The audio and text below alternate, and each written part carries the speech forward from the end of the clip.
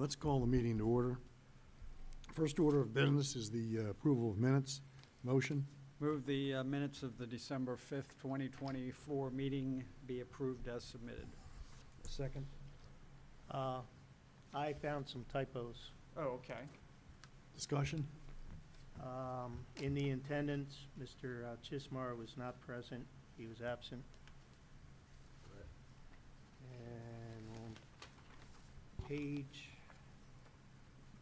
2, last, first, second, third, fourth, fifth paragraph down, last sentence, where it says, Mr. Small said, extend from September.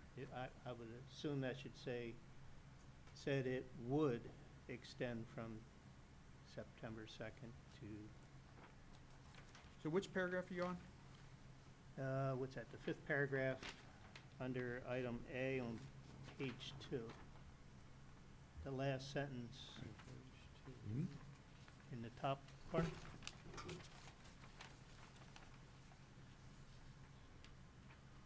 Mr. Shire wanted further I see it. clarification on the extension date. Mr. Small said it Gotcha. extend. It's just a small typo.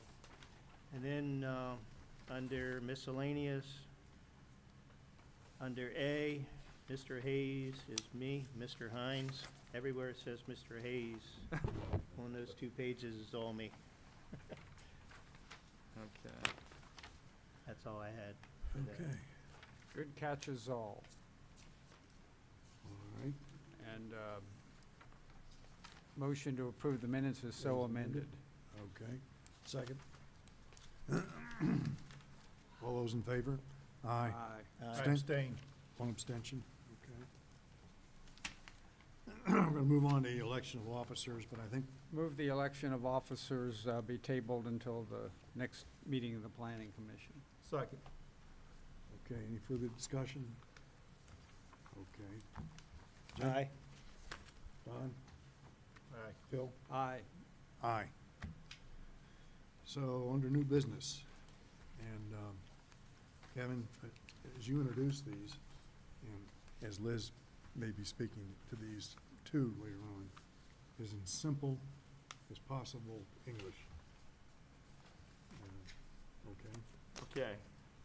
That's why I kind of, after talking with you this afternoon, I put it onto a PowerPoint to make it hopefully a little bit more straightforward and easier to understand. What you have is 2 ordinances that have been were proposed in December and were tabled in order to get comments from the Planning Commission and comments from the Economic and Community Development Commission, which will happen tonight and next week.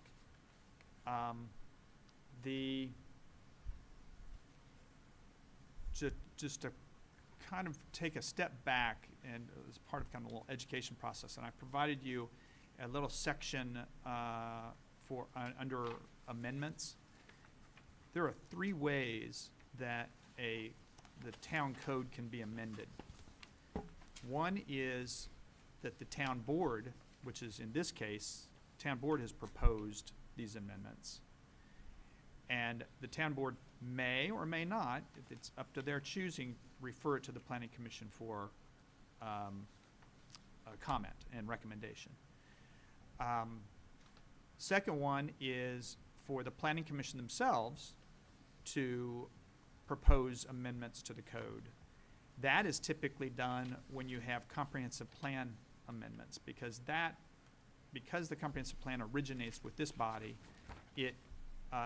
any changes to the code are somewhat tightly related to that, and so that is why it typically starts here and then moves on to the town board.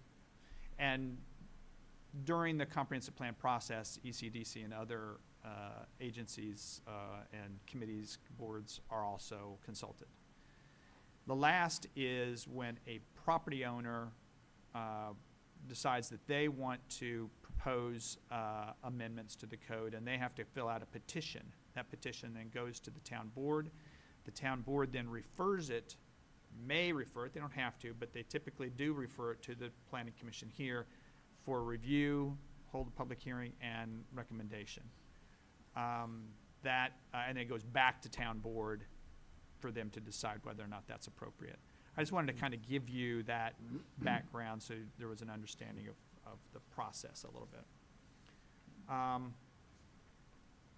The first item that we'll review is mixed use.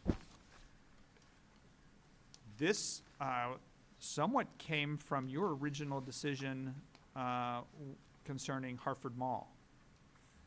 I think that folks on the town board looked at that and looked at our existing definition and said, we need to clarify the definition.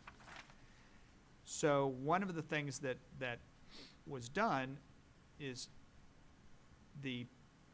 what is proposed in front of you is that 50% requirement regarding the existing comprehensive plan land use designation.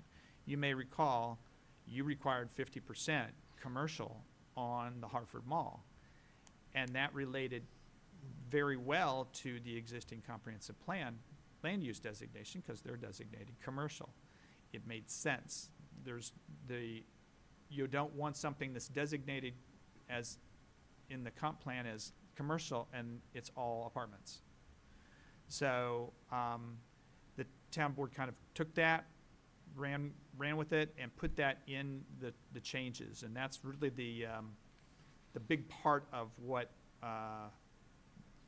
these changes to mixed use are about. It's changing the definition so that it requires that it has to have that 50%, and that it clarifies a few other minor things that and you can read that in what you have, but basically is including a space for 50% and the keeps most of the rest of the definition intact. 50% commercial. 50% of the underlying land use designation. 9 times out of 10, it will be commercial in the town of Bel Air. Could be 'Cause- residential. Huh? Could be residential. It could be residential, it has to be more than 50% residential. Where that goes, and I can go to the next slide here, is the only place, most of the zoning districts match the underlying land use designation in the comprehensive plan. And the only one that is residential is the RO district. All the rest are all commercial. So the only one that would have to have more than 50% residential would be something that's developed in the RO, or for some reason has a commercial zoning but has a land use designation that's residential. And I can't think of any. I've looked it up and I can't find anywhere where there is there is that kind of a disconnect. Back in 2016, I think, when we went through the process of rezoning after that comp plan update, we corrected a lot of, not corrected, but changed a lot of the land use designations so they matched the existing zoning. So that is what we would be saying is 9 times out of 10 to be commercial would be the majority. Could be in the future the town board decides that they want to change the code or change the comp plan so that some of these places are not commercial. But I don't see that happening given most everything's developed. Now, in the code, you will find the performance standards under under service. That's for mixed use. But when you look in the permitted use tables, it's listed under retail and residential. So in order to have them coordinate with each other better, what we did was we decided to remove the mixed use designation from retail and add it to service. And we also expanded the residential into RO. And what this does is kind of cleans up the code, makes it easier for somebody to understand where some of these restrictions and regulations are located in the code and make them match up to each other. And Kevin, there was also that 40% with PC approval, planning commission approval, you can go to 40%. right, and that's Okay. under the performance standards. So the last thing we changed, and Steve will be able to expand on this when I'm done, is we changed the performance standards. One change is to require that they share the parking amongst all the parking spots. That is an inherent benefit of having mixed use. Why would you have mixed use if you're not able to share all of the parking together and reduce those number of spaces appropriately? As opposed to standard on bond now that has designated parking for residential and, Well, you're required under the code to have at least one space designated for each residential unit, so that would still remain. I was more referring to the Hartford Mall apartments, because they put all of their parking in structured parking, and none of there's no ability for it to be shared. And I think that kind of, it's not in harmony with what a mixed-use development would be, the components for a mixed-use development would have. Now, we don't have to do that, but right now, every single time one comes in, and we've had to do this with Standard on Bond, and we're gonna have to do this with Hartford Mall, is we're gonna have them create a shared parking agreement between all the different users. If this was in here, we wouldn't have to do that because it would be part of the code. But from a security standpoint, if I'm residential, I don't know that I want people going into Hartford Mall for commercial purposes, parking where I live. True. So I don't necessarily agree with this particular item. Yeah, I Because mean- I think there's a security issue here that lends itself to having people in your area that may or may not have your best interest in mind. Right. But of course, there's always choices that you would have. If you didn't want that, you wouldn't want to be located in a mixed-use development. You may Right. not have a choice if you need an apartment, and that's where your apartment is. Right. There's lots of apartments, but yeah, I can Okay. see your point. I got a question, Kevin. Sure. All this parking, that's been one of my big concerns in Bel Air for any project, but, as far as parking goes, you have an agreement, say, over on Bond Street, we got, the insurance company over there, they come in agreement, Hamilton comes into agreement, all of a sudden Hamilton changes the way they wanna do business. They need the extra parking now, they may, the insurance company might decide that they're gonna change hands or whatever and move out. Another business comes in, how would those agreements hold up at that point? Go ahead. Okay, everything that we do as part of the development process, development agreements, parking agreements, easements, anything like that, is recorded in the land records. And it is binding on and runs, what's called binding and runs with the land. So taking your consideration, your hypothetical into consideration, that parking agreement would bind successor owners. So and what we've also done is these agreements include the town of Bel Air. That was something that I noticed very quickly was a problem with previous development documents, is that they were amongst the parties, which is great, that's great. But the problem is that as it relates to your approval, we have no control over what they do. So you guys are saying, yep, this is what you will do, you will enter into an agreement, and they'll enter into an agreement, turn around and change it flying in the face of your agreement. So as these things are coming through, I'm reviewing it and saying the town of Bel Air must be a party to this agreement. So if you want to revoke it, if you want to change it, then I have to know about it, because otherwise it's not going anywhere. And then if, once we get wind of it, Kevin and I find out this is what they want to do, and we say, well, whoa, this was part of your agreement or your approval with the planning commission, you have to go back to the planning commission. That's kind of the, sort of the catch-all that we've sort of developed. Does that help? Maybe. Because they can't do it, and it's, I'm going from sort of planning to title, but when you record something in the land records, it impacts their title.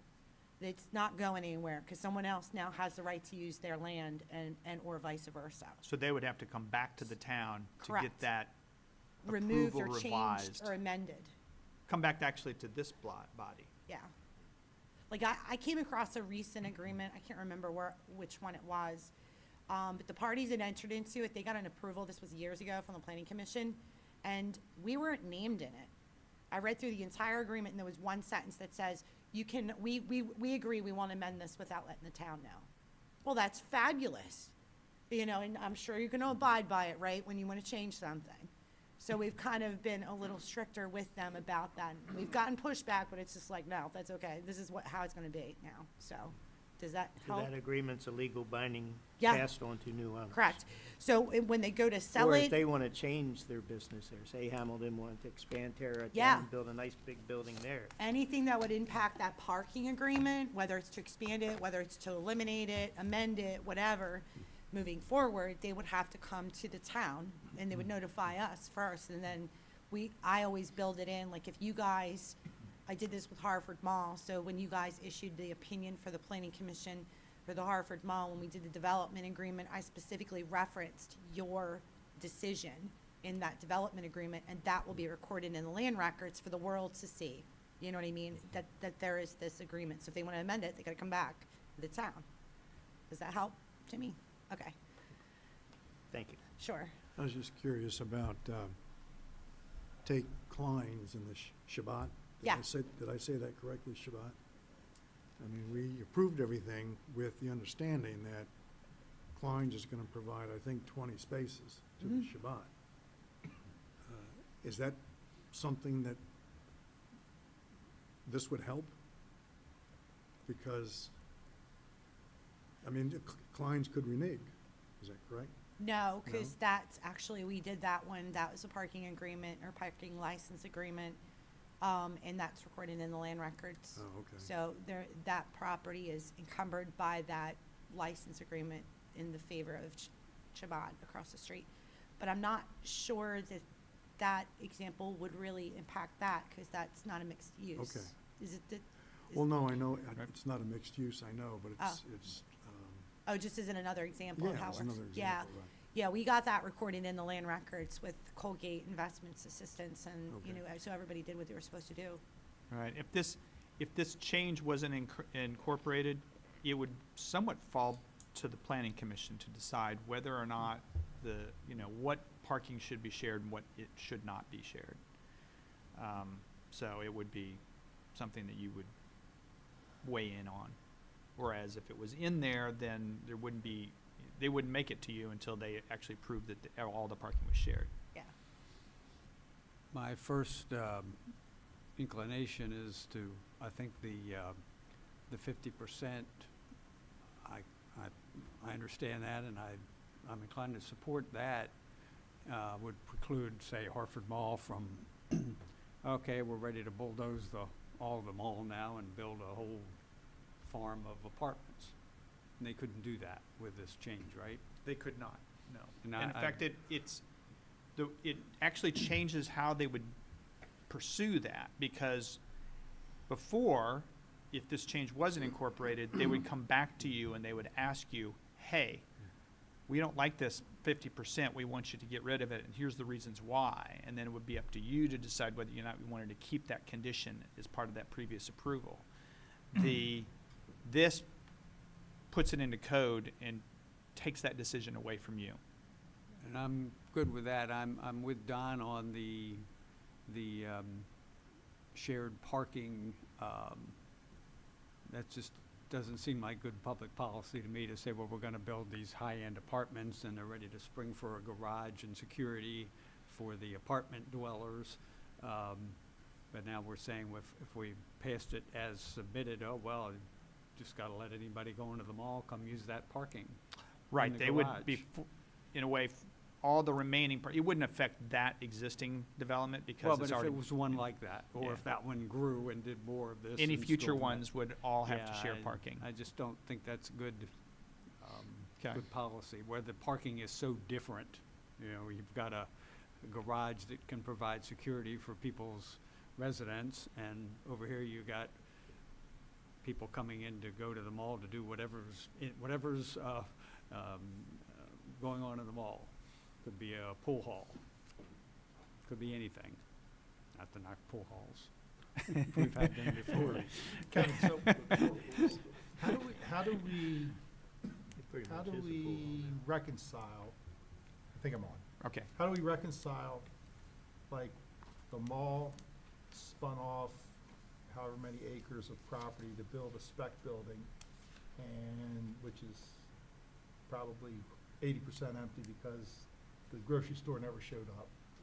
But they have other retailers. hey, don't be saying that. They have other retails that are coming in. But how do we reconcile this if somebody, after the apartments are built, and Hartford Mall wants to spin off the retail portion? It would still be under that same development agreement, So because they it didn't can't- matter who owns So what. they can't spin off the mall to somebody else and keep the apartments? They The mall- can, The mall and the apartments stay together. they, It's all together. but it can be different ownerships. They can spin it off to somebody else, but they just, it would still be controlled under this approval. The 50% would still apply. Yes. So it's just like in, where Chili's. Call it the at. Taco Bell rule. Right, right, I'm just saying, so just like what's happening where, that everybody there has to make sure that. Everybody's in the shopping same center, boat. okay. I just, For that, on that, they have all agreed, I haven't gotten signature pieces yet, but all of the lawyers have agreed to the development agreement, and, they're prepared to sign it. The only problem is, like, what comes first, the chicken or the egg? 'Cause CDP, is buying the lot, to your point, is buying the subdivided lot where the apartments are going to be, and they're party to that development agreement, but they gotta get the plat recorded before they can settle on it and then sign off. Does that make sense? Mhm. well, no, I guess, I, heard talk that, Macy's may not be around too much longer. So, there could be another potential, Retailer who shall not be retailer, named. right. Yeah. And then if you look at it and say, if we're gonna spin this off, and maybe, you have the Avenue front, I don't know how they could slice and dice it, I'm just thinking, what if Yeah. they decide to say, but they still need 50% retail Yes. in order to make everything. Then I'm. Yeah, Every they time couldn't they play come with, back to you, if, like, say they spun off the front part on Route 1 and cut that out, every time they go to do something and they come back to you, Kim and I are gonna say, you gotta amend the development agreement and add in. Okay. Everybody is gonna continue to come in, I don't care if it's 3 lots or 5 lots or 6, because we're not gonna do Taco Bell again, right? So that's how we'll catch them. Okay. Does that make I sense? just wanna make sure that there's not An out. an out, so to speak, yeah. I mean, if we're gonna make this work, then we make it work. Yeah. How about a sports venue, if, say, a sports venue went into Macy's or into the mall? You guys are reading the social media here. Okay. I'm reading. but, What would that be considered? That would still be part of mixed use, and that would be considered commercial, Would be considered commercial? Yeah. Yeah. as long as they're asking for money. Yeah. The only one that would probably not be considered commercial would be if somebody located a church in one of these spaces. That would be institutional, and we would probably consider that more residential than commercial. Interesting. There is one more item before we, You Kevin, wanna- before we move on with that. Okay. Just want to get your thoughts on, I understand your concern, and it's a valid concern about security with the residents and stuff. What would you suggest? Do you have a recommendation for how you might want to word that? Or how do we, you know what I mean? You know, With the shared parking, not shared parking, To me, it's one thing when you have a flat open space. In other words, like if they built the apartments and didn't build a garage, and everybody from Tollgate to 924 or to 24 had a plate, you know, this is where you're gonna park. right?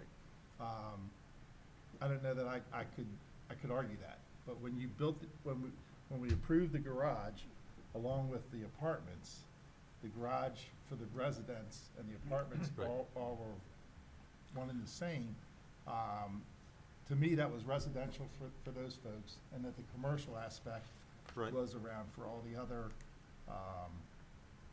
areas that were still open and, I mean, I got that with the mall. Right. Okay, but I mean, going forward in the future for the next mixed-use project, how would we want the parking? Do you have ideas about Would it how need, parking should be addressed? why couldn't it be silent on the part of shared parking?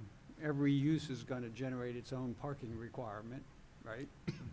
Then where would be the public policy concern about whether it was shared at all or shared 100%, as opposed to what the well, I guess. tenant wanted to Yeah. do? Well, I mean, I kind of agree with what you're saying there. I'm looking at the massing of the mall versus, like, we're talking here, you know, 10,000 square feet, maybe 2 or 3 buildings together. They could be on Bond Street, they could be on Hickory. You know, 10,000 square feet is, I don't want to say it's immaterial, but it's immaterial to the size of the mall. Right.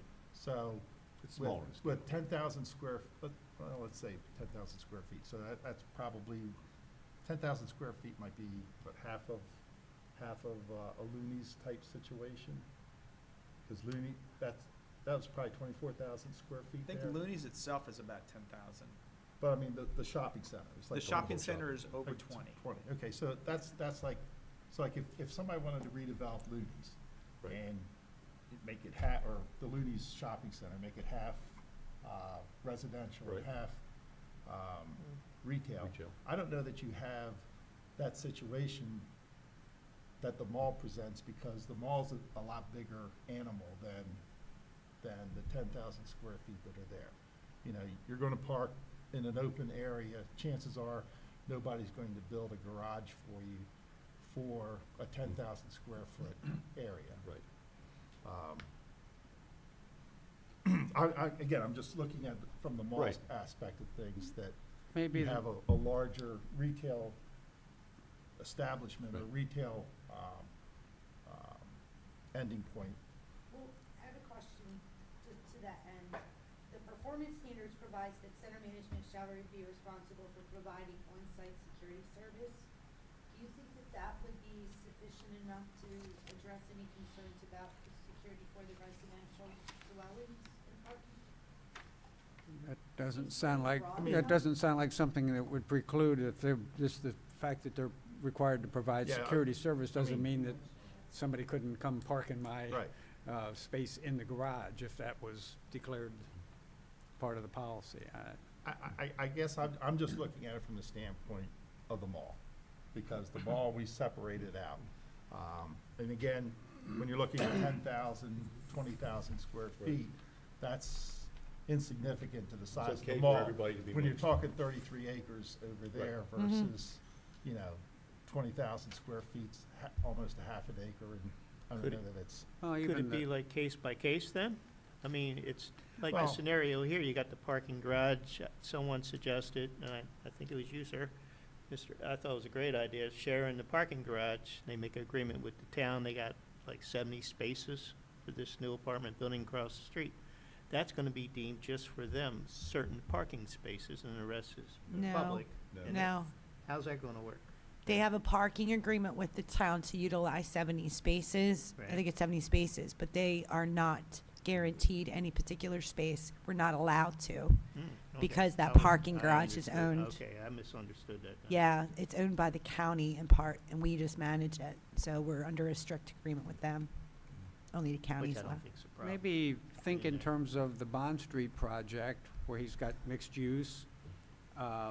He's got a parking requirement to meet for the residences. He's got a parking requirement to meet for square foot of commercial occupancy. And why wouldn't that be good enough for us? Why would we need to have a shared use agreement?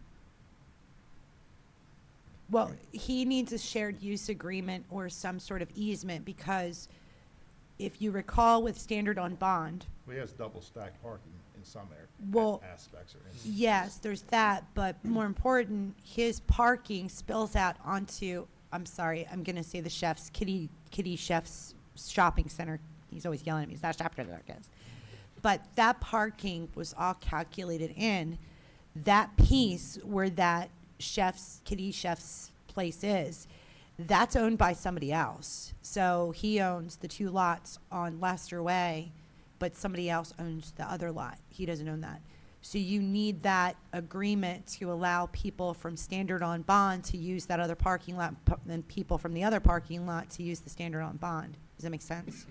So that is calculated. If they calculate those spaces in and it is not owned by someone else, the other owner is signing on.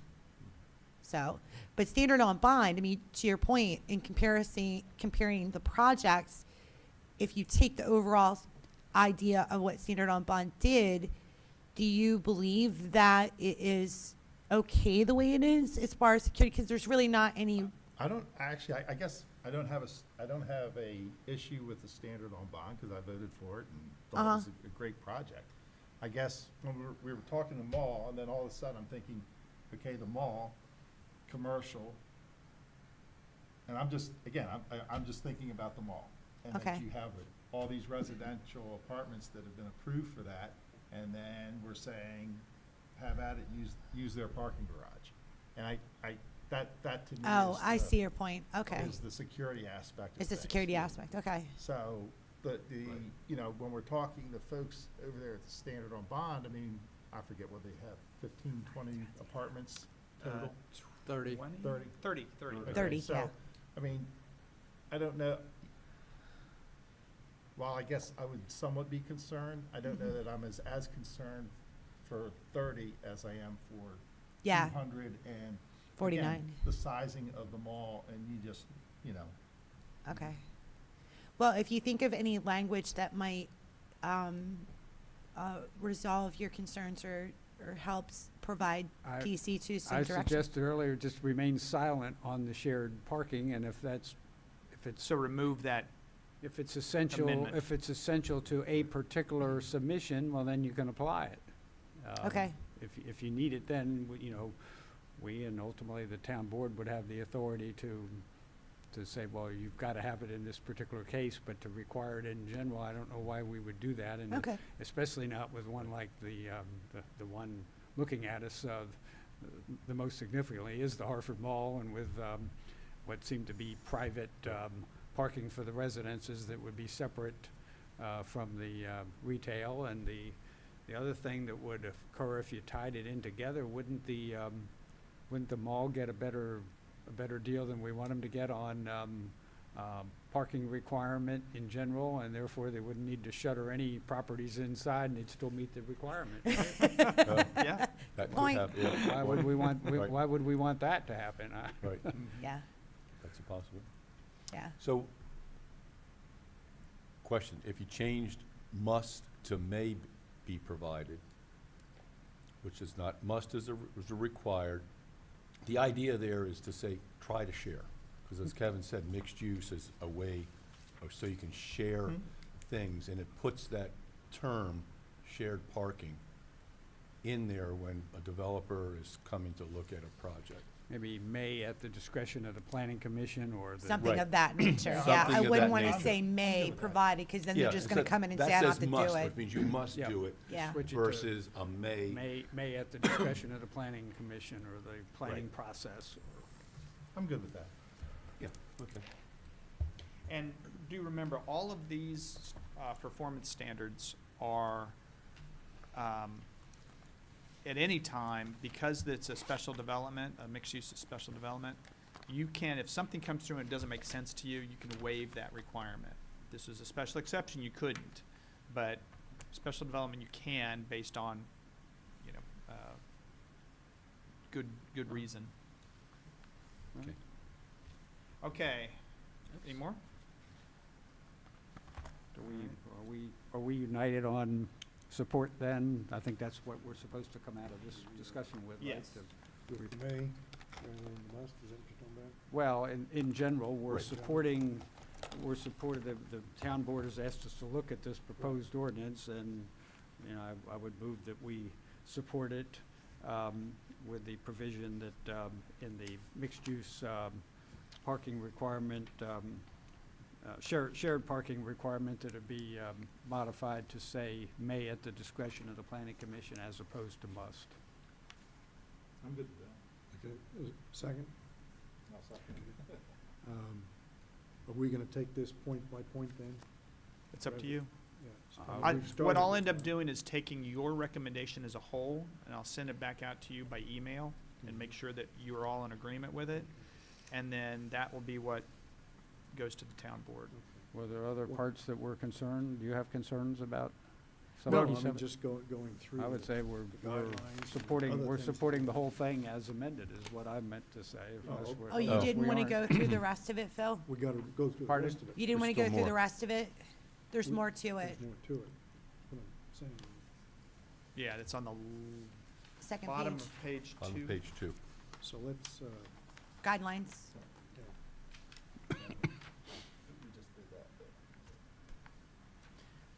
Yeah, one thing that happens whenever you have and this happens throughout the performance standards by use, you have performance standards, which are,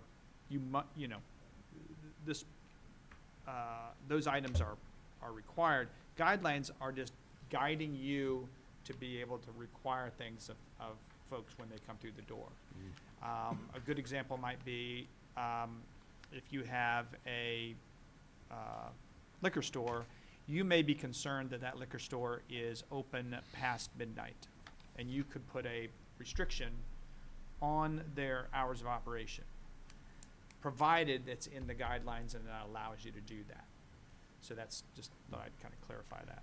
What I meant, I hadn't heard any disagreement with any of the rest of it. I meant to support the entire document unless there's Right. some objection to that. I don't, I don't think Kevin's going through the whole document.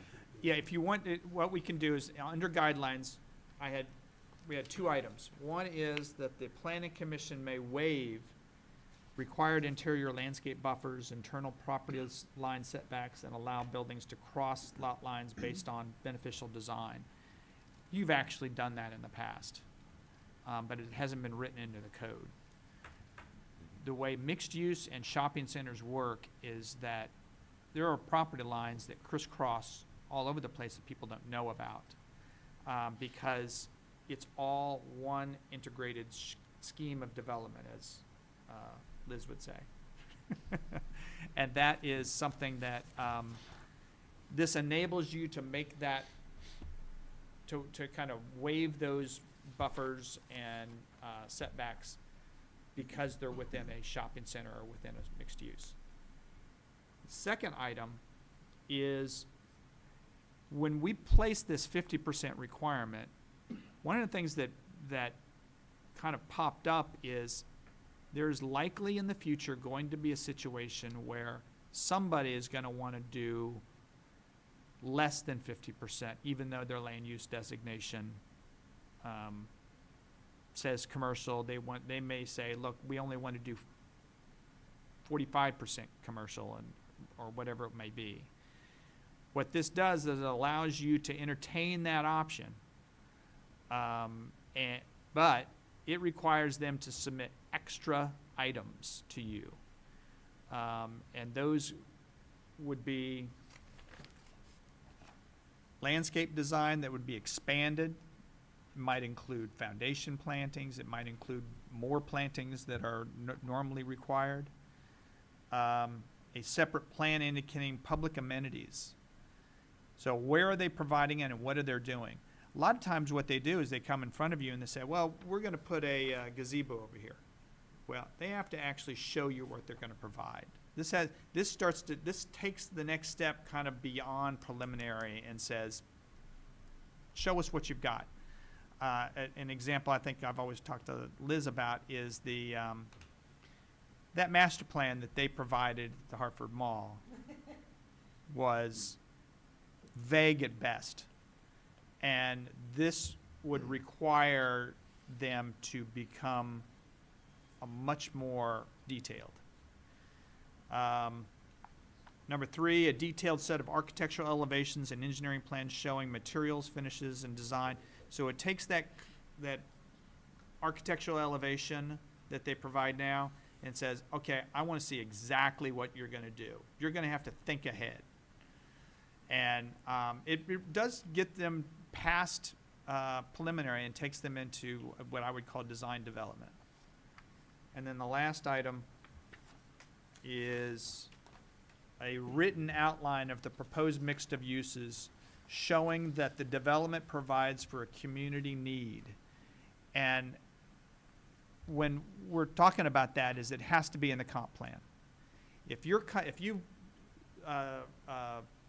pass a comp plan or recommend a comp plan is done and the town board approves it, and it says that there has to be a trail that goes through a particular property, that trail has to be provided. And I'm using that as an example, but there's dozens of different things. It may be that the comprehensive plan looks at certain mixes of uses and says, this is what you need to provide. So there may be a need or desire, and I think it was on the Planning Commission, is that a community space be provided at the Hartford Mall. Well, they showed you one, but it's not exactly, this would take that to the point where they would be dedicating that space. You understand? But their benefit is they now can play with that percentage down to a minimum of 40%. And they could never go below 40. You could never approve anything below 40. And your level of review might change or be adjusted based on what that percentage is. If they just couldn't make 50% and they were like 48, that level of requirement might be relaxed versus if they were at 42%. You know where I'm going with that? So that's kind of the thought. I don't know, Steve, if you want to expand on that.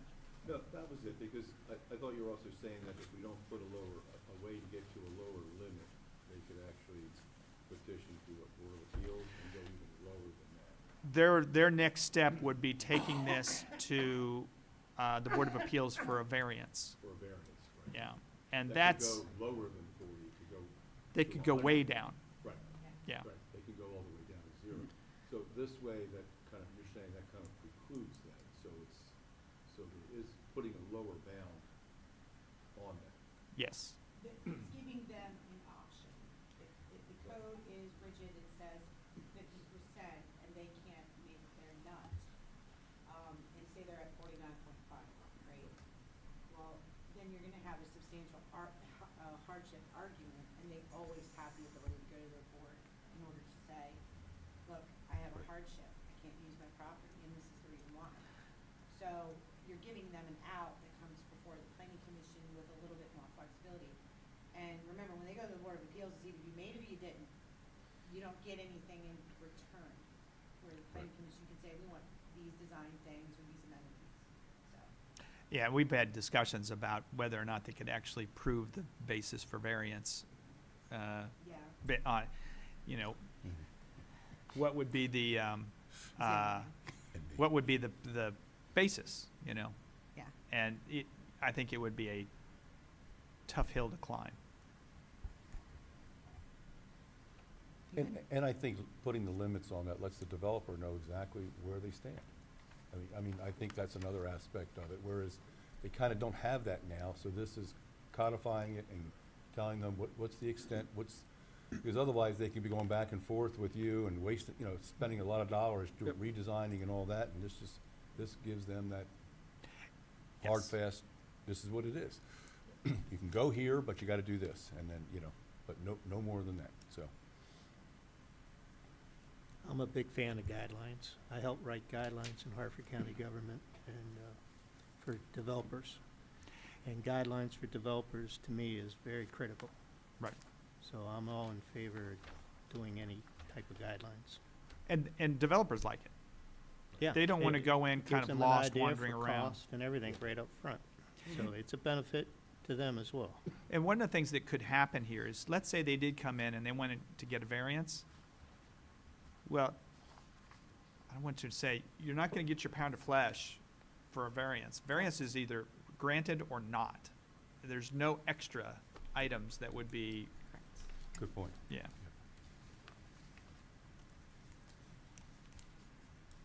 Everybody okay with that? Mm-hmm. Okay. Oh, good. I'm always surprised when some things I think are going to be lots of discussion and then some parts are not. Okay, we're done with mixed use. So do you want to make a I'll recommendation now? I'll re-enter my, Re-enter your- I'll re-enter the motion that I entered about 10 minutes ago with just the one Feels like I'm change. done. Good. All right, Don seconded. All right. Okay, call for the question. Jimmy? We're I'm sorry. we're recommending this to the town board with the one change. Yes. 3724. Okay? Don? Aye. Phil? Aye. Aye. Very good. Okay. So now, the next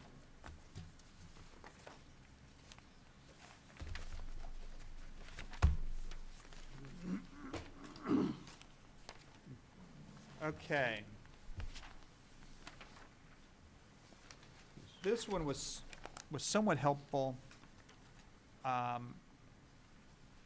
because, and I'll give you a little bit of background, and I think I spoke to you, Pete, about this. When the town first brought forward the form-based codes back in like 2009, 2010, those form-based codes looked at zoning differently. It wasn't based on use. It was based on the form. It was based on the architecture, the aesthetics. And that's how B2, B2A, and B3A were changed back in 2009 and 2010. They were revised so that they were judged differently, or are judged differently from the old, what is commonly referred to as Euclidean zoning. Euclidean zoning is zoning that says single-family homes here, townhouses over here, commercial here. Everything was separate. Everything was kind of siloed in a way. That has proven super inflexible over the years, and it's also not real popular today with a lot of the federal and state requirements, because they want to see mixing of uses. They want to see mixing of development types and dwelling unit types. So the existing code as you see it now has no density limits in the B2, B2A, and B3A zones. So what is being proposed is to set those density limits in these zones. And when that's done, there's different changes that have to take place. Some of these are more housekeeping than others, but I did want to make sure that everybody kind of understood some of the proposed changes. The first few items here are, again, those housekeeping changes. If you notice on the illustration on the on the prompter here, I've got an updated PowerPoint now, so I actually have a little laser pointer I can point to things. There's a little area that says mixed use right below, and it says see permitted uses. When the staff was looking at that, we were like, I think it's going to confuse people. When we have a note there that says mixed use, and now we have a zone, an actual use category that says mixed use, it seems it doesn't really need to be there. So we're proposing to remove mixed use from the 3 illustrations in these zones, B2, B2A, and B3A.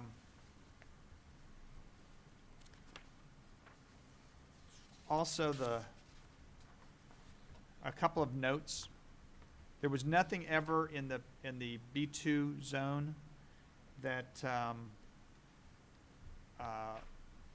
referred you to the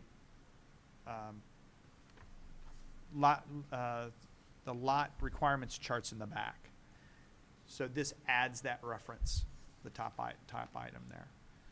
Basically saying if you want to look for density, lot area, and width, this is where you go. The same thing with General Business Gateway, except for General Business Gateway had height and yard requirements, and those are not found in the land use or the lot requirements in the back. They are actually in that code section. So this is more housekeeping, but it's just a reference that we're correcting.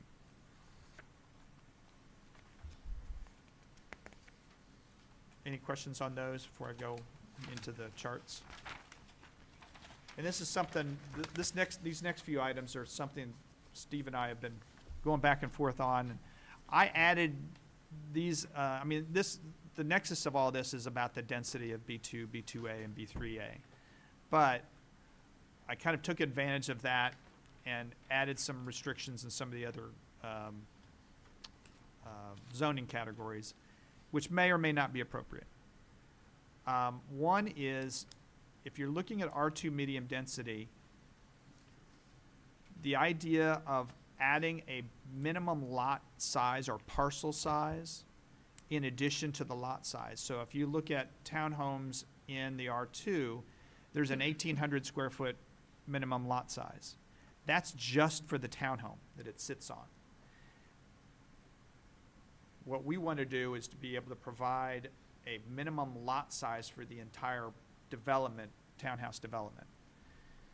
If you look at several townhouse developments in the town of Bel Air, there's a lot of what I would call between 10 and 12 unit small developments that time has not been kind to. I'm not going to refer to them specifically, but you probably have one in mind, I'm sure. These are small developments. Typically the HOA is not there or is not strong. They are kind of tucked in to single-family house or on the edge of single-family homes. They are they're not significant enough to form any kind of community amongst the townhomes because they're not large enough. And what this is doing is saying you got to have an acre and a half. And what we did was we created that on the R2 medium density and also on the R3 high density residential developments. Now, we also corrected some and a lot of the stuff's repeated, going from zone to zone. Semi-detached dwellings and two-family dwellings are basically the same thing. If you saw them if you stood in front of the house, it would look exactly the same. The only difference is one designation is on two separate lots, so the lot line goes right through the middle of the building. The other one is more one lot, and it would be kind of considered a condo in a way, a condo regime. Basically, two lots on one parcel. Well, it doesn't make sense to have the density different. they're always gonna be the same. There's no reason not to. So we put densities the same, ooh, I don't know if that was me or not. Yeah, just messing with me. So in the R2, we're saying 8 units for semi-detached, 10 units for semi-detached in the R3. They're just matching up to each other, semi-detached and two-family. Same with the RO, 60,000 square feet for townhouse and 10 units, or 10 units per acre for semi-detached. Same with B1, although in B1 we did correct one item under multifamily because multifamily is permitted there and added 60,000 square feet instead of 20. And then I can stop there if you'd like. How would this apply? You reference, and I think I know some of the places you're talking about where history hasn't been kind. How would this apply to them going forward? What would they have to do where this would apply to them? What might they want to be doing where this would apply? It wouldn't really affect them much, but they would be considered existing non-conforming uses. The only way that they could be expanded upon is to meet the 60,000 minimum lot size.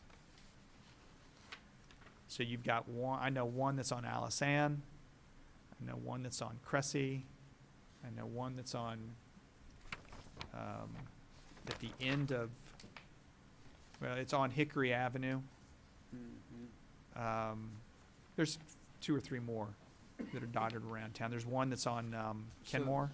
So they would be declared a non-conforming use, which I guess the only downside there is that's probably not the best thing for your prospects of selling a property if you were attempting to do it, right? Yes, I would, I'll defer to Liz, but I don't, it would be less desirable to buy a use that's an existing non-conforming. Correct, because you have a burden to maintain that non-conformity, otherwise you lose it. Right. But I don't think they're changing anytime soon, right? No, but that's a good point. So let's just say you have property A that's non-conforming, that somebody wants to come in and update, but they don't have 60,000 square feet, so they can't truly update. In other words, let's just say property A, they want to tear down and rebuild, make it nicer, newer, cleaner, but without 60,000 square feet, they wouldn't be able to do that. And that therefore, we would miss out on the opportunity to redevelop.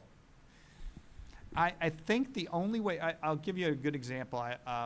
Goddard Properties is updating a group of townhouses on Broadway and doing a great job. I don't think that development would be stopped by the town because it's not sitting on 60,000 square feet, because they're not expanding it. They're not adding another unit. But I agree, if somebody came in and said, I want to add a unit here, and at the same time, I'm going to update all of these other ones, they would probably have to go Board of Appeals to the for a Board of variance Appeals. Yeah, and say, I can't meet the requirements of the code. I've been a non-conforming use for X amount of years. right. Okay.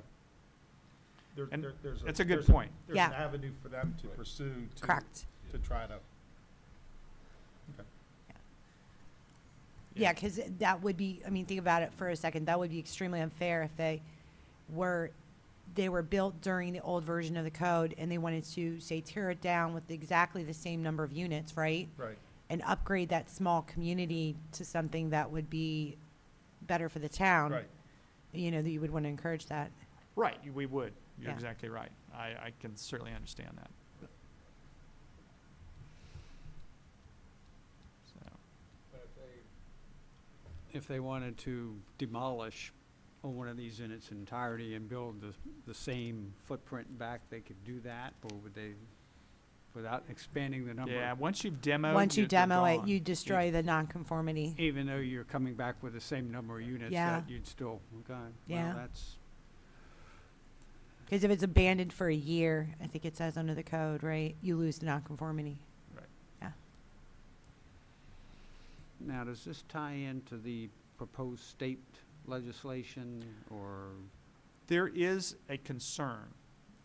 It's really my concern, but I think there's others might agree, is that there is a concept of middle housing that the state wants to incorporate into all the residential zones. Middle housing consists of townhomes, duplexes, triplexes, quadplexes, cottage clusters. I think that's it. But all of those could be incorporated into all zones, including R1. And I've got an issue with, and I tell people that I don't want to turn this into College Park. If you go down to College Park's nice town, but there's all these lots down there that were old single-family lots that somebody came along and stuck and most of the time they were apartments, but sometimes they're little townhouses that go in there. To me, that's not. It incorporates something in that doesn't support itself because it's not big enough to have its own HOA. I don't think they're necessarily, I mean, go around town, they're not necessarily maintained very well. But I can also understand your concerns. I mean, that's just, those get in the way, especially you want to make it easy for people to improve, to do what Goddard did. Yeah, and the other thing that is showing to be something that is kind of inadvertently counteracting the Affordable Housing Act in the way that Kevin had sort of expressed a concern about is, I know everybody hates declarations of covenants and restrictions and HOAs, but let's take Howard Park, for example. That's a big concern of the commissioners, is how that might impact, the Affordable Housing Act would impact old communities like Howard Park. Well, Howard Park has declarations that have been on those properties since the 1950s. And it says that you can only put in single-family dwellings. Now, the issue, I've read it repeatedly, and I do not see where the state law has nullified those provisions. And the courts are very stringent about enforcing those declarations. So that is something that may, I don't want to say undo the Affordable Housing Act, but I don't think they thought of that. Same thing with like townhouse communities. It says, this is a townhouse, and the declarations say I can't tear down my townhouse and suddenly put a single family on it, because my declarations say, no, you can't do that in this area. So that's something that I kind of wanted to point out to you, because I did pull the declarations for Howard Park, and it clearly says only single family. So you couldn't tear down a single family house and then put a duplex or a cluster cottage cluster. Cottage cluster on. It's basically mini homes. is what Yeah, they do. on like one lot within the center of Howard Park, because that would. At some point, when you talk about density, and I don't know what the average lot size is in Howard Park, but it's About a gotta be quarter. maybe what? About a Eighth of quarter an acre. acre, About a quarter of an quarter. acre tops. About a quarter. So, Quarter, third. you know, you're not gonna. We have wide streets, though. Yeah. Well, You had a Right. wide street. That's right, Phil. Phil lives Yeah, there. that one street that they're redoing. That's, the collector street's gonna be very narrow. I could find you a mobile home to put on one of those quarter acre lots. I'm just saying that, you know. Manufactured housing, I forgot, Yeah, yeah. that's right. I'm just saying the ability to put, you know, a cluster home on a quarter acre, you're talking, 42, so that's 12,000 square, or 11,000 square feet. I mean, you're not putting a lot in that. Yeah, exactly. So- Yeah, correct. You're absolutely correct. But the housing type would be in violation of the declarations. So, But you would still have all the setbacks too, so I mean. Yeah. If you have a You have 30-foot setbacks, yeah. setback and 10-foot yard, side yard setback, you know, We do also have setbacks, special setbacks off of single family, Yeah. which also somewhat saves that. I mean, concept. the only way something like that would happen is if somebody came in and said, I'm buying the entire street.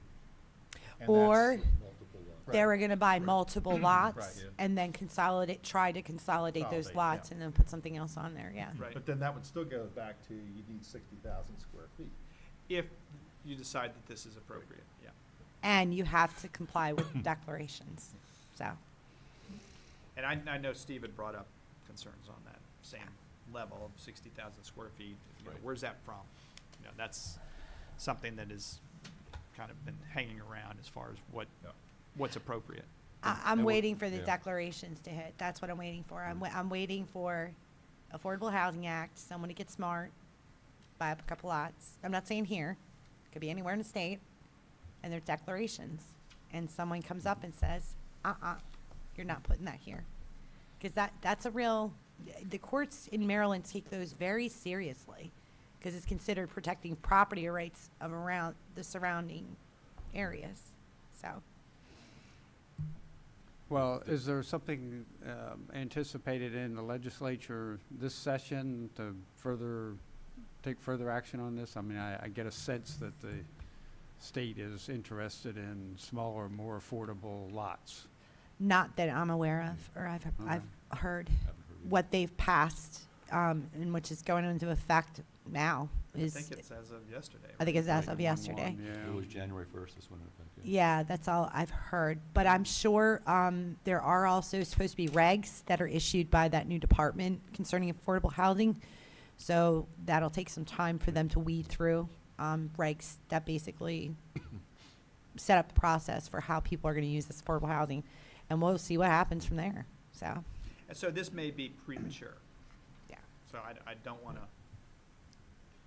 hurry that process along.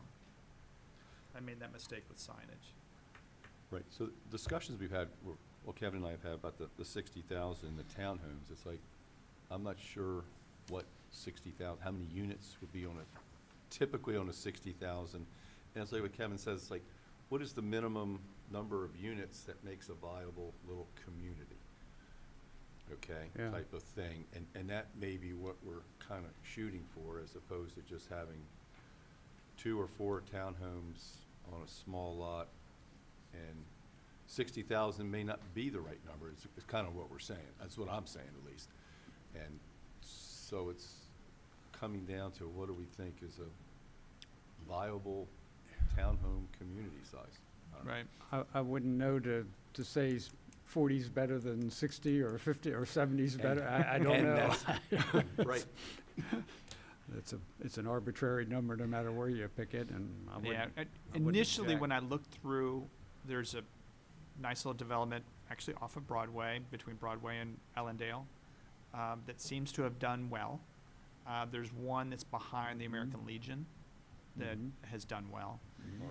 They seem to be in that 1.5 to 2 acre range, and there's potentially new lots coming, that could be coming, that there's an undeveloped parcel that's, of course, been sitting undeveloped since I've been working here in town 30 years, behind the old Aegis building. So, It's way more than 60,000 square feet. Yep, yeah. that's, yeah, a lot more. Actually, I think I might have. It is 5.3 acres. To ride a motorcycle. So. You want me to continue? I don't know, you Let it percolate? keep, yeah, you wanna keep going? It has a 2 and a 3 there now. Is that right? They're only 1.5 stories, 2.5 stories, 3 stories? Kind of looks like it's set off, that's why I was questioning it. Oh, thank you for noticing that. Under multifamily? Yeah, that, it That's must the have PowerPoint. formatted wrong when I Is was that changing it. Is that a word problem? That's a typo. Oh, okay, Thank you for noticing that. sure. Where it says 2 point. Yeah, Under 2 point, multifamily. yeah, I think what he let me put it in the PowerPoint. It's the PowerPoint, yeah.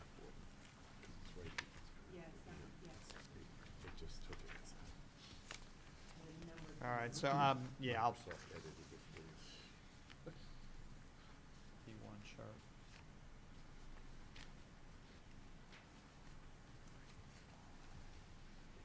Right now, the next charts are more involved because we basically created a new category. I swear this is not me. We put a density category in there where there wasn't one before. And we took out the minimum building or use setback because it wasn't really filled in with the exception of the bottom two items. So, and we also added multifamily dwellings in all of these parcels and they all reference to the zoning, section of the code. So that doesn't really change. But what does change is the density limits in the B2, and they basically match the density limits for multifamily and all the other developments in town. And so does the townhouse, semi-detached, two-family, and single-family detached. They're all the same. Now, that can be said of B2A. And I'm skipping over the B3 because the B3 already has multifamily there and has density limits. And B3A. So B2, B2A, and B3A have, in general, the same changes, and the density limits are listed there. The only one that I think we became concerned about after this was kind of formulated was B2 would create a lot of nonconformities because you have a very small properties that if you started to apply density limits, it would create a lot of confusion. Now, I think it's just the B2. I didn't see anything in the B2A or the B3A.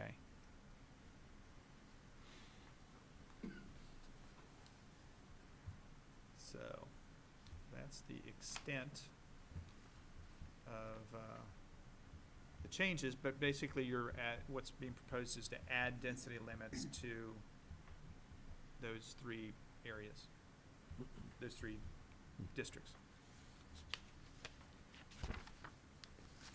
Staff supports. Yes, I mean, the one thing that, again, we're concerned about is the B2. And that was something we didn't see until we started just talking it through. Right. And then we started talking about looking at, maybe there would be, the limits would only apply to a minimum lot size, or maybe we take them out of B2 altogether. Those are options to play with. Right. You know, so most of the properties on B2 are pretty narrow and long, and, you know, so maybe the Yep. limits don't apply unless you've got 20,000 square feet or something like that, or the other thing, we take it out altogether. Because the only big lot left in B2 is probably the tire lot. The only large lot, parcel of land What, Steve? is the tire lot. Oh, Tyler. Which, Kevin, what's the calculation on the density for that? Tire lot, again, is B2. It is 2 acres, 2.04 acres, so you get 40 units, which is, it's not going to be financially viable. It's not Yeah. going to happen. I thought the county owned it. That They do. assumes that it's that it's entirely multifamily. If they go in and do mixed use, they've got to have minimum 50%, and then they can add to that. B2 is definitely a problem when you have a continued area, like when you have an entire area like B2, that whole area suddenly becoming non-conforming, you've got a serious problem. That's a legal minefield where, I mean, I've already discussed it with the commissioners very briefly, where you need to stop and pause, because when you've just destroyed everybody's property rights. I mean, let's think about this for a second. Let's say something on Main Street burns down to the ground and they got to rebuild. It's not their fault. And suddenly they can't comply. Those buildings have been there for, some of them, 100 years.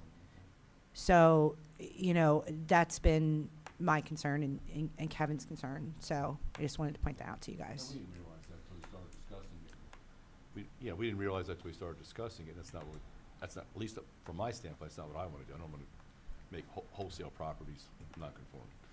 So that's why we started looking at those other two options, minimum size or probably getting rid of it altogether. To give you some good examples of other properties that are outside of B2 that, the Bel Air Academy, that has both apartments and townhomes, that's right at 20 units per acre. They would be conforming. If you look at, They're B2A, right? No, they're B2. they're B2A. That's Oh, there's B2A. B2A. Yeah. And if you look at the town's always had the Hickory Avenue lot, which is across from the garage. It's never really utilized, and the town's always, every now and then, talked about selling it. That would get 21 dwelling units at 20 units per acre, which is not terrible.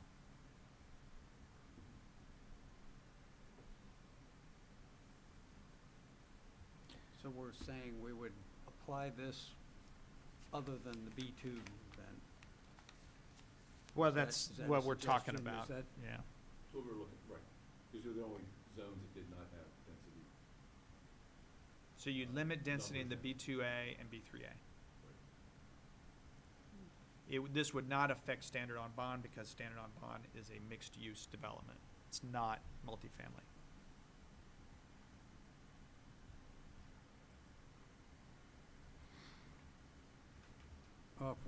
If we're excluding the B2, I don't have any reason to object to the legislation.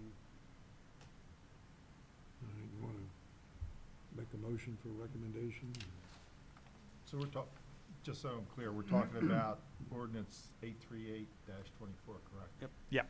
So at the bottom of page 2, we're going to add, except as otherwise noted in part 2, all accessory structures shall be located within 3 feet of the property line. Yeah, that was a cleanup because when we added those categories, we took out the 3-foot setback for accessory units, and I thought, well,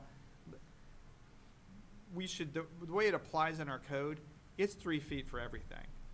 That's just keeping your building off the property line. So what we did was we decided to put that in a general note rather than trying to retain it in the lot requirements tables. So from an accessory structure, that would be like a shed?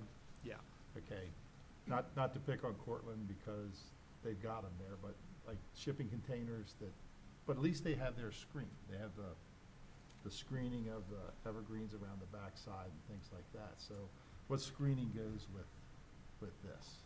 There, So in other words, if somebody wants to put a shipping container, again, I get it, it's commercial right. but you know, Well, if you're commercial up against residential, you would have a screening requirement of 10 feet, and I think you guys can reduce that if you'd like, if somebody provides less but puts in, arborvitae or whatever. The, I guess what I'm saying is you have nice accessory dwellings and you have, or structures, and then you have. Not so other- nice. Well, I mean, you have commercial accessory structures. Right. And, I mean, I get it if it's commercial, this is what we're up against, but, at the same time, just thinking outside the lines here that, shipping containers, while accessory structure, are different than somebody putting up a shed or something along those lines. right, so if you had a shipping container that was up against another commercially zoned property, you would not have that 10-foot setback, You'd have 3, you'd have 3. but is there any screening for that? No. Except alleys, and it's 6 feet off alleys. in the Alleys, town yes, would have a 6-foot. Mm-hmm. Yes, you're correct.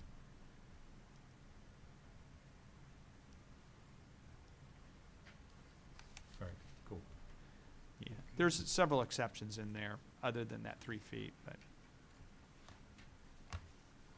Okay, you wanna make a motion to recommend what we've talked about?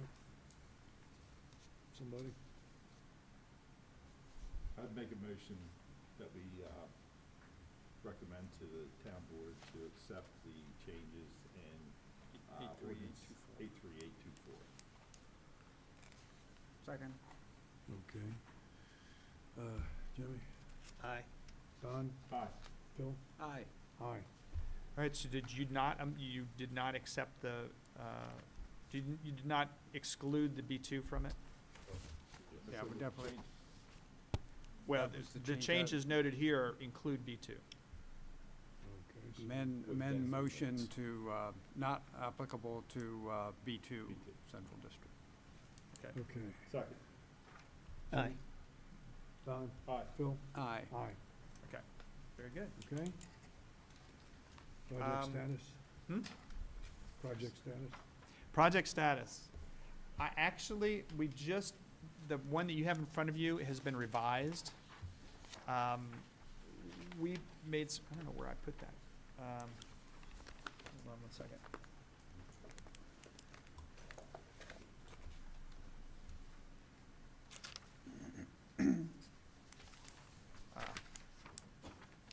We added some more information on here to make sure that everybody understood. There is a thing where you can see at the top where it says PLR date permit issued. And it's on the last category on the right-hand side, or second to last on the right-hand side. That was blank for the longest time, and we've added, basically, whenever a building permit has been issued, that is something that we want to make sure the date is put in there. So if you look down your whole list, all of these have submitted for building permit, but only one has been issued, and that's for the Chabad. So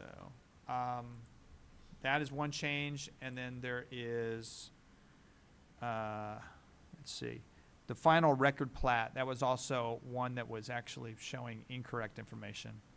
So that's been added as when, if somebody had a subdivision, that subdivision has a date now as to when it was recorded. So the Chabad is under construction. You've probably gone by there several times. Hickory Flats everything is approved. It's just waiting for them to come in and pay their fees. Taco Bell is all ready to go. They haven't come through the door to get their building permit yet. Did they get their demo permit, Kevin? No, No? not that I know of. Let's see, Wellwood Assisted Living, no activity. I was thinking that the expiration is going to be coming up, but it's not until the fall of this year. Raising Cane's has everything they need, and they're looking at demoing in about 2 weeks. So one of their problems is it is a magnet for vandals, for homeless, for whoever, and they've had real problems keeping it maintained. The fence has been knocked down, the buildings have been busted open. They had a fire in there a while ago. So anyway, I'll be glad to see those buildings go. Yeah, I think they would too. They definitely don't like to have to deal with all that. Standard on Bond, they're cruising along. They're already they've demoed or in the process of demoing. So, yeah. Yeah. So they're they have not let moss grow on them. They're moving. Yeah. Residents at Hartford Mall, they're still trying to work through utility problems that they've encountered, and trying to get finalized on their final plans. They still have not submitted a final plan yet. We need to get We're asking for that several times, plus their off-site traffic. They have a lot of off-site traffic work that needs to get done. And then, I think you just approved the, one last month for an extension. I'm not sure if he'll ever develop, but, you know. He's It's been hard to given a even second picture it chance. riding by there and knowing what else is gonna be happening on the Raising Cane site, and then he's in between there. Yeah. I'm sure if you want that property, you could probably buy it I cheap. bet, yeah. So. Oh, did I skip over that? Yeah. Yeah, and that's getting ready to expire in April. That's the bank up here on the little Oh, yes. corner, you know, the little bridge. Oh, Yeah. that's the, okay, across from the firehouse. Across from the firehouse, that, Okay. yeah, Royal Bank of Canada. yeah. Yeah. They pulled, right? I'm sorry? They pulled their. No, they have an approval. haven't- an approval. And then they came in and got reapproved with a different development, two-story instead of one. But they haven't come back in since then, so. See, it expires in April. So there's lots of After 5:04, development going on they'll right have now, another but we haven't had any new stuff come through the door lately. Who's going in the old 7-Eleven next to Margaritas? I don't know. Yeah. I'd like to see Margaritas expand. I think they would, Margaritas Pizza next to the 7-Eleven's, Yeah. 7-Eleven's gone. 7-Eleven's Yeah. gone, right? Yeah, I'd love to see them. Now, what would happen with that, which is very interesting, I'll tell you, I don't want to keep you here too long. If they lose that, they're no longer a shopping center, because there's only 3 users. So, which doesn't really hurt or help them because they're existing. Another development, which is McPhail Crossing, which has Weiss and did have Dick's Sports and Patient First, expanded to 4, which makes them a shopping center. So they'll probably be in front of you.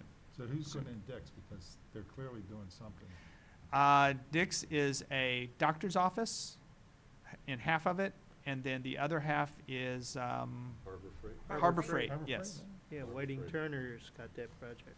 yeah. Harbor So- of Grace? What? You say Harbor of Grace? Harbor Freight, Harbor Tools. Freight. The oh, tools. okay. I was gonna say. Tool place. inexpensive tools. Okay. So, Well, that's now, likely coming. if Margarita expanded, then you'd be at just a 3, then what would happen to the parking requirement? How does that work? They'd be calculated separately, and they They'd have to have more parking, right? 'Cause probably, Back before they were a shopping center, that's Yeah, they that's had why they became a dedicated shopping parking. center. yep. So they need a tenant other than They need a tenant Margaritas. other than margaritas, yeah. But I'd like to see margaritas expand. Let's talk about the parking thing, because I thought once you were a shopping center, because like 7-Eleven had, you know, their parking. Margarita says they want they have their little 6 spaces out in front for their parking. Right. My understanding with the shopping center is it's a free-for-all. Dry It- cleaner So- has some too. Right, and dry cleaner has Six. some too, so I mean theoretically, they're not supposed to have reserved parking, right? They're not, we tend to let them I got it, I just was curious. manage their own affairs. But yeah, you're right. The whole idea there is when you have a shopping center, the parking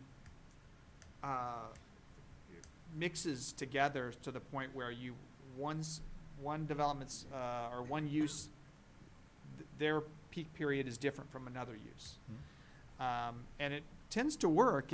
The one exception would be Bel Air Town Center, because they put in about 9 restaurants, 8 restaurants. It's tough. So, on Friday, Saturday night, they're packed and there's no spaces. But we've always looked at these folks as saying, look, you understand how your center works. If you put in more restaurants, you're causing people to leave and not want to come back. So, but I don't know how they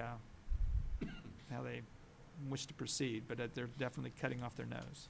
Move into the town so you can walk there. That's right, yeah. We'll have a nice wide thoroughfare on Thomas Street soon. Plenty of walking. Oh, yeah, No plenty room of for walking. cars. Okay. Move to adjourn? Thank you. Cool. All right. Thank you. That's it. That's it? Adjourn. There was a move, a second. Yeah, you don't have to hit the thingy? No. No? I got one if you